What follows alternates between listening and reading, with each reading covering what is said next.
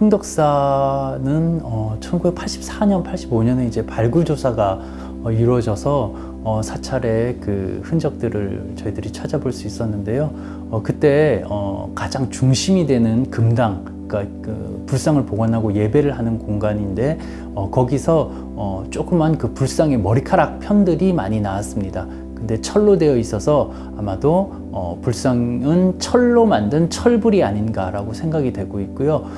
머리카락 편들의 크기가 상당히 크기 때문에 아주 큰 규모의 불상이 안치되어 있었던 것이 아닌가 생각됩니다. 이런 철불들은 통일신라 말 그리고 고려 전반기에 우리나라에서 많이 제작이 됐었기 때문에 역시 그러한 역량관계 속에서 이 흥덕사의 주존 불상으로 철불이 조성되지 않았던가라고 생각을 해볼 수 있습니다. 그리고 역시 흥덕사라고 하면 뭐 청주뿐만 아니라 우리나라 더 나가서는 전 세계적으로 이제 금속 활자로서 가장 오래된 인쇄물이라고 할 수 있는 직지심체 요절이 간행된 그런 사찰입니다.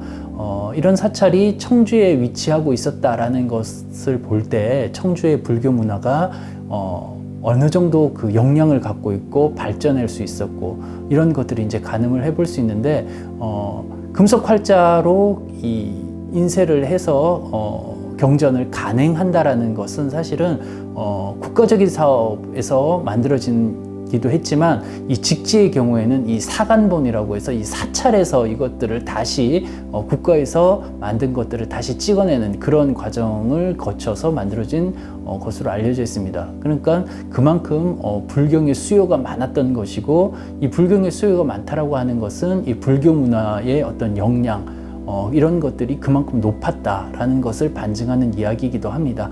이런 그 곳이 청주에 있었다라고 하는 것은 청주가 그런 그 당시의 불교 문화를 대변할 수 있을 만한 위상과 역량을 갖추고 있었던 지역이라는 것을 말을 해준다고 할 수 있습니다.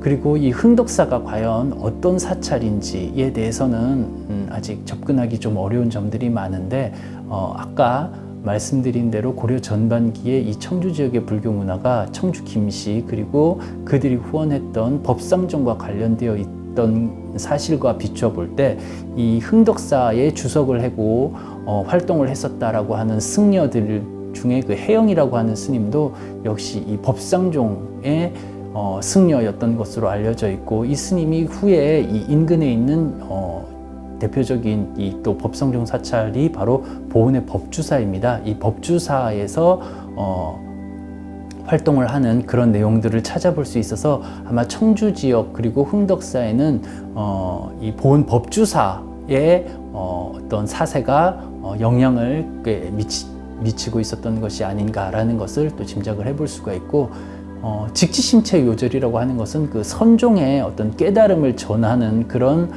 내용을 설명하고 있는 그런 책입니다. 그래서 그런 것과 관련을 했을 때는 역시 당시에 또 유행하고 있었던 선종이라고 하는 그런 종파와의 상관성을 생각을 해볼 수도 있습니다.